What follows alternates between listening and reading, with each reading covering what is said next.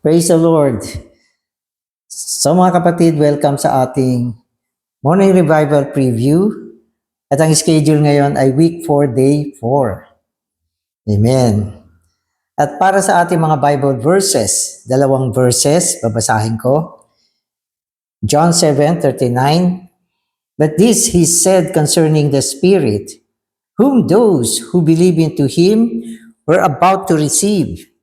For the Spirit was not yet, because Jesus had not yet been glorified. So, i-highlight uli natin dito yung the Spirit. So, ang titulo ng Espiritu rito ay The Spirit. So, ito yung pinaka-titulo ng lahat ng mga Espiritu. Sa loob ng title na ito ay ang lahat ng title ng Espiritu. Kaya ang pinaka-titulo ng lahat ng mga titulo ng mga Espiritu ay The Spirit. Tapos ito ay binanggit ng Panginoon na wala pa. Wala pa siya nung ang Panginoon ay naririto pa sa lupa at hindi pa nakumpleto ang kanyang proseso. Pero ang maganda dito, ito ang Espiritu na tatanggapin ng mga mananampalataya sa Kanya. Kumpletong Espiritu. Lahat ng dinaanan, attainment, obtainment, proseso na dinaanan ng Espiritu at kung ano siya. Lahat ng ito ay nakapaloob sa isang title lang, The Spirit. Pag meron kang The Spirit, meron ka ng lahat. Walang kulang dyan. At ito ay makukumpleto sa panahon na si Jesus ay naluwalhati na. At ang proseso ng pagluluwalhati sa Kanya ay ang Kanyang kamatayan at pagkabuhay na muli. Na naganap naman niya yan. 2,000 taon. Siya ay namatay na at nabuhay na muli at naibunga na itong The Spirit. Amen. Revelation 1:4. Grace to you and peace from Him who is, and who was, and who is coming, and from the 7 spirits who are before His throne. Dito naman sa Book of Revelation, meron namang isang natatanging title ang Espiritu. Ito ay ang 7 spirits. 7 spirits. Pero hindi ibig sabihin 7 yung Espiritu. Ang ibig sabihin ng 7 spirit ay 7 ulit siyang pinalakas. 7-fold intensified spirit. Pinalakas na siya. No, hindi lang isang espiritu ang lakas. 7 ulit ang lakas niyan. Sapagat ito ay kailangan sa huling kapanahunan, sa mga huling kapanahunan. At nandito na tayo sa mga huling kapanahunan na kung saan ang espiritu ay pinatindi ng 7 ulit. Kailangan yan Sapagat ang huling gawain ng Espiritu ay ang tumawag ng mga mandaraig. Pasok duli ng mga mandaraig. Ihanda ang mga mandaraig. At sa gawain na yan, ang kailangan ay 7 ulit na pinatinding Espiritu. Kaya ito na yung buong puwersa ng Espiritu na gumagawa ngayon. Pag hindi ka pa naging mandaraig ngayon, kung panahon na to, naku, mahihirapan ka na. Itong huling panahon na yan. Lahat ng mga tanda ng pagbalik ng Panginoon, halos pinapakita na sa atin. At ang isang matinding pagpapakita ng tanda ng pagbabalik ng Panginoon ay ang mga digmaan. Digmaan talaga. Lindol at digmaan. Itong dalawang ito. Yan ang dadami sa mga huling panahon. Sabi ng Panginoon, magkakaroon ng mga rumors of war. Magkakaroon ng war. Yung war talaga. Yung rumors, ano lang yun, ambahan lang yun. Bali-balita lang. Minsan hindi naman natutuloy. Pero natutuloy din yan. At hindi natin malalaman kung gaano katindi mga gyera pa ang dadating sa mga huling kapanahunan. Pero kasabay niyan, ang 7 ulit na pinatinding espiritu gumagawa upang maihanda ang mga mandaraig. Yan. Amen. Amen. So, Revelation 1:4, nabasa ko na to. So, nabasa ko na yung 2 Bible verses natin. So magbabasa na ako. In Exodus 30, an ointment was prepared, and this ointment was called the compound ointment because it was made from oil compounded with 4 different spices. This compound ointment is a type of the compound spirit, who is a triune God compounded with humanity, the all-inclusive death of Christ, the all-powerful resurrection of Christ, and the transcending ascension of Christ. This compound spirit is the consummated triune God. So ito naman ay isang pagpapakita sa atin na sa simula, ang espiritu ay ano muna yung sagisag o larawan. Kaya sa lumang tipan, inutos ng Diyos, ito ay makikita niya sa Exodus 30, na kung saan inutos ng Diyos na maghanda ng isang ointment. Ang ointment kasi at saka ang oil ay magkaiba. Ang oil, isang compound lang yan. Ang ointment ay binubuo ng iba't ibang klaseng mga sangkap. Ang pinahanda dito ng Diyos ay ungguento. At itong ungguentong ito ay binubuo ng langis ng olibo at ng 4 na espesya. Yan, pinaghalo-halo yan, ginawang isang timpladang ungguento. At itong timpladang ungguentong ito na binubuo ng langis at ng 4 na espesya ay sagisag na natimpladang espiritu. Yan. Ang espiritu, hindi ba? Timplada siya dahil dumaan siya sa mga proseso. Ito naman type sa lumang tipan, timplada ito, physical ito. At ito naman ay tinimplahan ng 4 na spices. Amen. So may sagisag itong mga spices na ito. Amen. This compound ointment is a type of the compound spirit, who is the triune God compounded with humanity, all-inclusive death, all-powerful resurrection of Christ, and the transcending ascension of Christ. This compound spirit is the consummated triune God. So yun yung mga katuparan nitong timpladang ungguento. Siya ay tumutukoy sa timpladang espiritu, na kung saan nabubuuan siya ng tres unong Diyos. Pwede natin sabihin yung oil dito, yun yung tres unong Diyos. Yan yung pinaka-base nitong ungguento. At mula sa tres unong Diyos, dinala rin ng humanity ang kamatayan ni Kristo, ang resurrection ni Kristo, ang kanyang ascension, at nabuo yung timpladang espiritu. Na siyang ang Espiritu, the Spirit. Amen. So today's reading na ako. Ultimately, the Spirit of God is the Spirit. The Spirit is the totality, the aggregate of all the elements of the titles of the Spirit. Hence, the Spirit is an all-inclusive Spirit. So may dalawang title yung Espiritu. Ang nagpapaloob sa lahat na Espiritu o ang Espiritu, the Spirit. So itong the Spirit, siya rin yung nagpapaloob sa lahat na Espiritu. Pero ang maiksing title niya ay the Spirit. Pag sinabi yung the Spirit, andyan lahat. Tuloy naman tayo sa basa.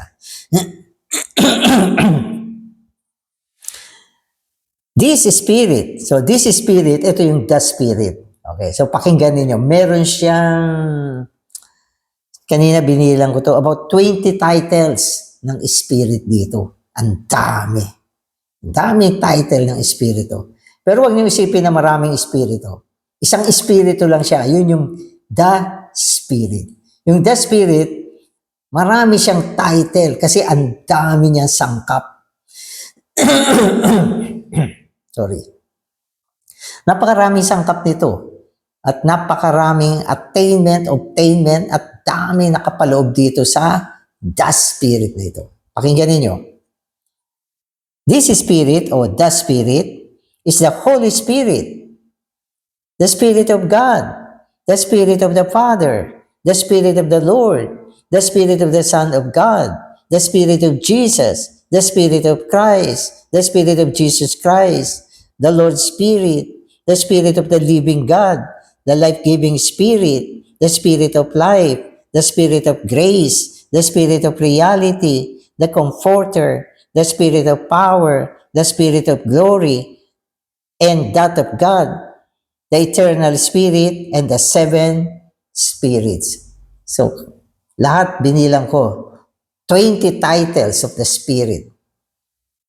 No, mula sa nakapaloob sa isang title, the Spirit or the all-inclusive Spirit. So, ganyan tayo.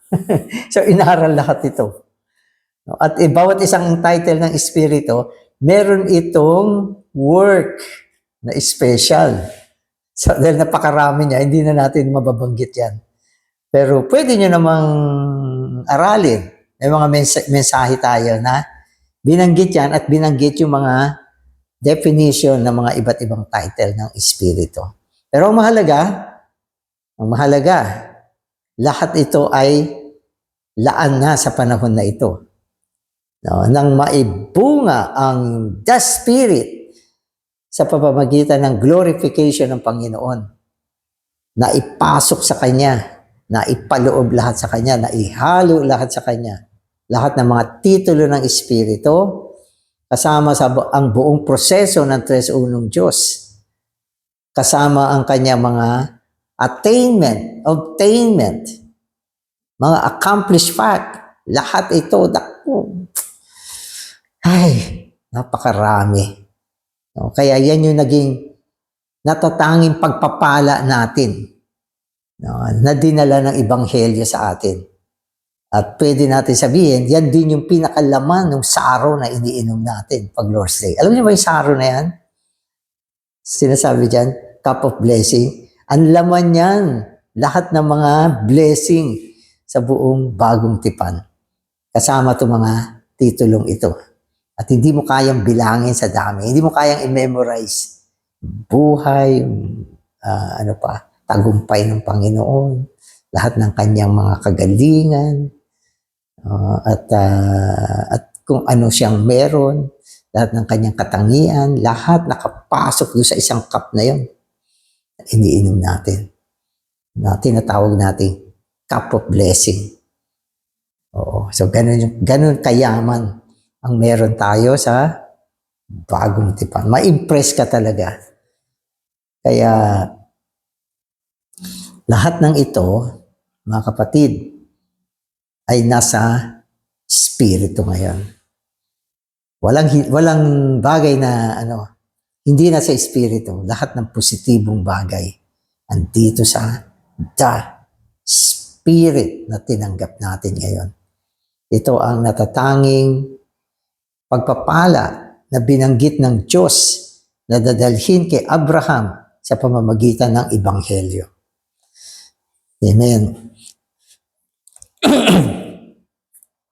So John 7:39 speaks of the Spirit, telling us that before the Lord Jesus was crucified and resurrected, the Spirit was not yet.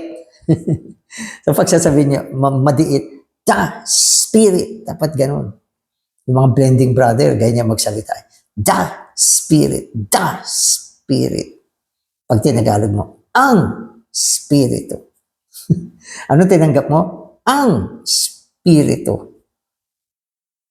Ang nagpapaloob sa lahat na Espiritu. So yan ang meron tayo ngayon. Amen. Yan ang kayamanan natin. Amen. Yan ang pagpapala natin. Yan ang binigay ng Diyos sa atin. Anong ginawa natin? Wala naman, nanampalataya lang. Nanampalataya lang tayo sa Panginoon. Binigay sa atin yan. Kaya sinasabi sa atin, ang isang believer meron dalawang pagpapalang tinanggap. Unang-una yung the Spirit sa loob. Sa labas, ang Biblia sa labas. Tayo may karagdagan pa. Di ba? Ang ministeryo, itong mga binabasa natin, yung mga training natin, mga pagpapaliwanag, ang ministeryo lahat yan. No, ayaw nyo pa?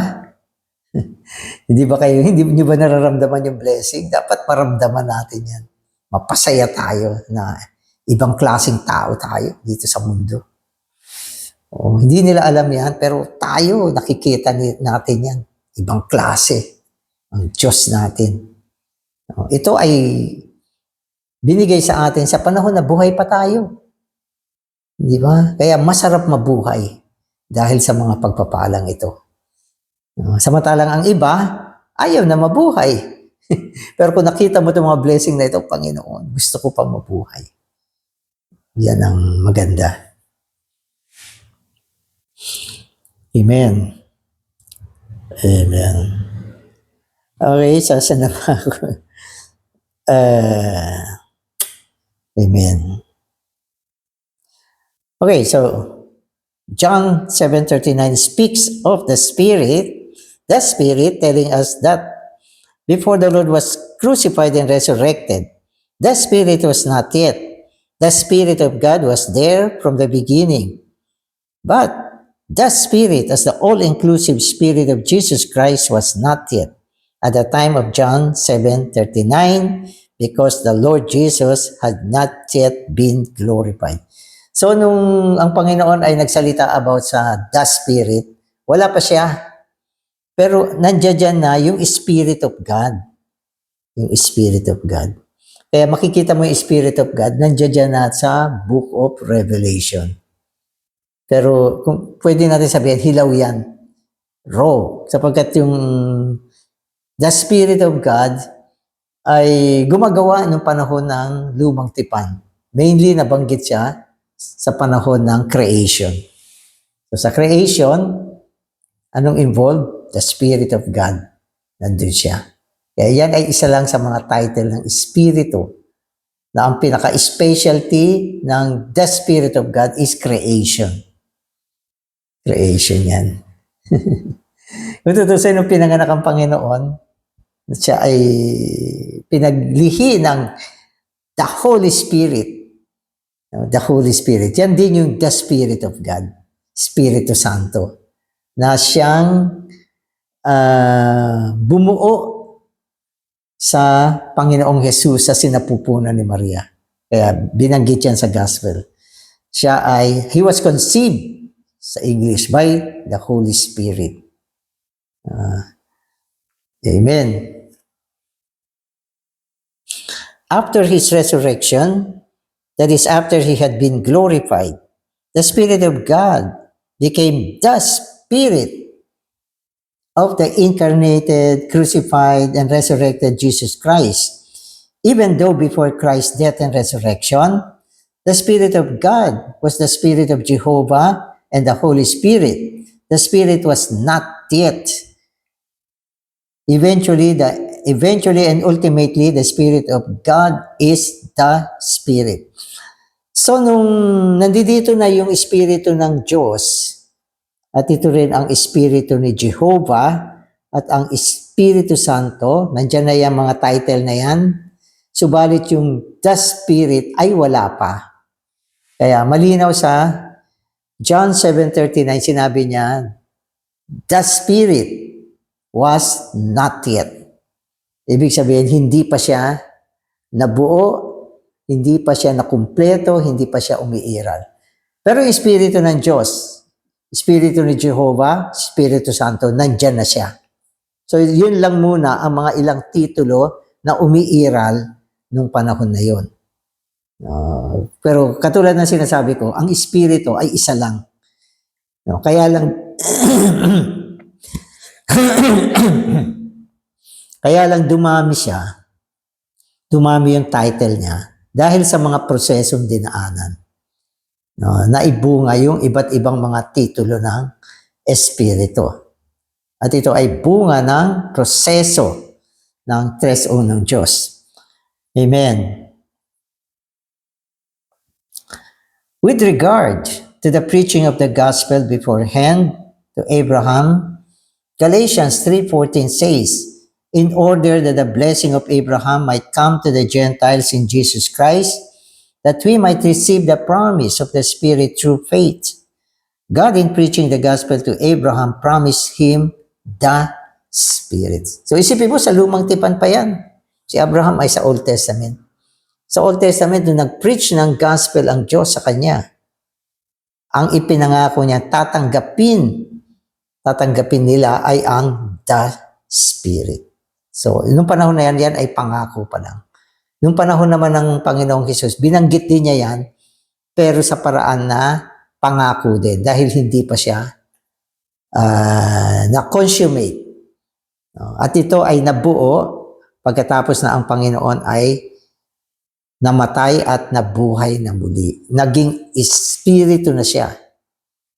Naging espiritu na siya. At noon, na-produce din yung title na life-giving spirit. So, ang life-giving spirit ay isang function ng espiritu na tumutukoy sa pagbibigay ng buhay. So, yan ang unang gawain ng espiritu na naibunga sa pamamagitan ng proseso, ang magbigay ng buhay. Kaya sa 1 Corinthians 15:45, sabi diyan, the last Adam became the life-giving spirit. Diba? Became. Process kasi yan eh. Dati hindi. Became, naging. So yung word na became, siya ay tumutukoy sa isang proseso na naisagawa. Became the life-giving spirit. Amen. So the Spirit is the triune God. After He has passed through the process of incarnation, human living, crucifixion, resurrection, and ascension, having passed through this process, the triune God is now this consummate Spirit as a blessing of the New Testament. Amen. So ang buong New Testament, meron lang siyang isang unique na blessing na gusto niyang ibigay. Kasi ang tao kasi minsan, pag sinabi mong blessing, ay, ang daming blessing. Tama naman, materially, ang daming blessing. Ang mga favor ng Diyos. Minsan yung mga blessing, tinatawag pa nilang grace. So, mali ang mga terminology. Pero kung tutuusin, mga kapatid, iisang unique blessing lang ang nasa puso ng Diyos na pinakamahalaga, pinakamataas, sukdulan sa kanyang kahalagahan. Yan ay walang iba kundi ang the Spirit. Kaya bago siya natanggap ng mga believer, binanggit na siya ng Panginoon. Kung tutusin, binanggit pa ng Panginoon na itong the Spirit ay katulad sa tubig na pwede mong inumin. At kung ininom mo siya, hindi ka na mauuhaw.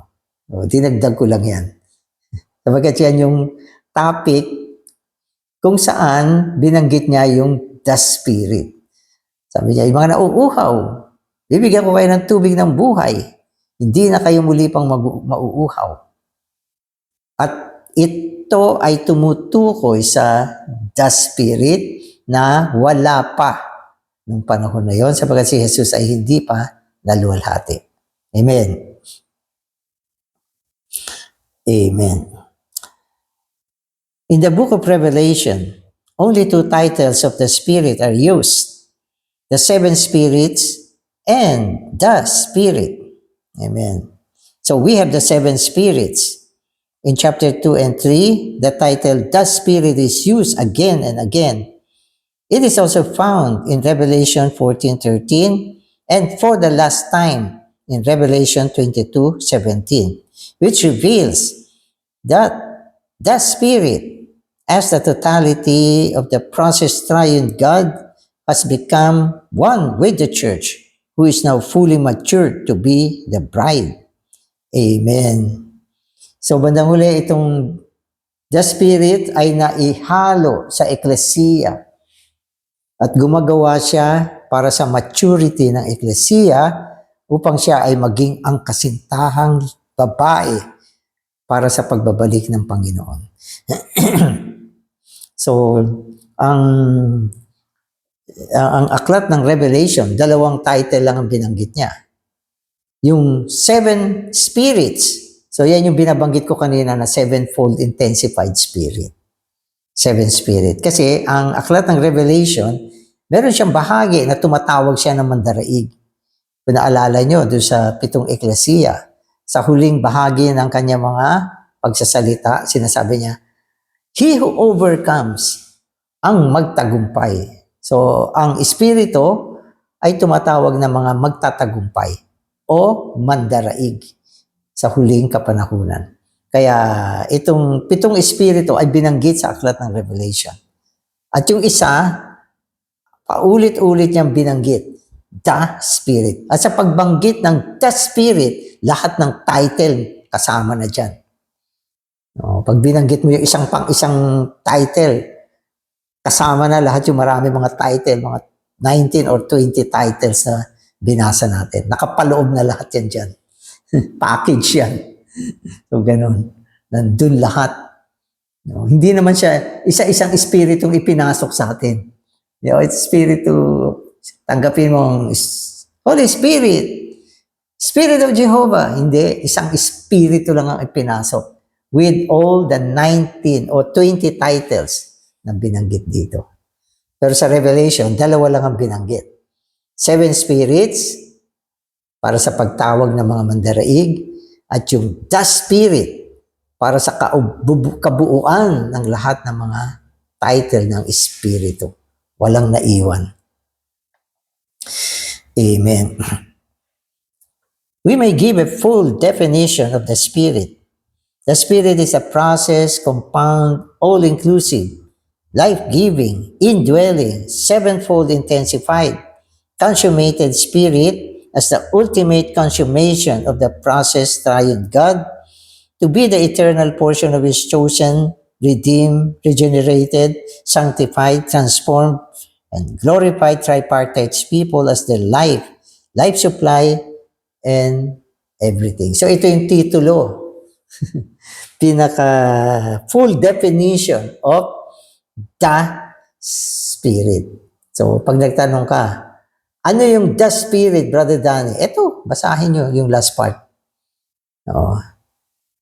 Sabi niya, ang Espiritu ay ang naproseso, natimpla, nagpapaloob sa lahat, nagbibigay ng buhay, nananahan, 7 ulit na pinatindi, napasukdol na Espiritu bilang ang ultimong napasukdol na tres unong Diyos para sa walang hanggang bahagi ng kanyang mga pinili, tinubos, sinilang na muli, pinabanal, transforma, nilwalhating 3 bahaging tao bilang kanilang buhay, tustos ng buhay at lahat-lahat.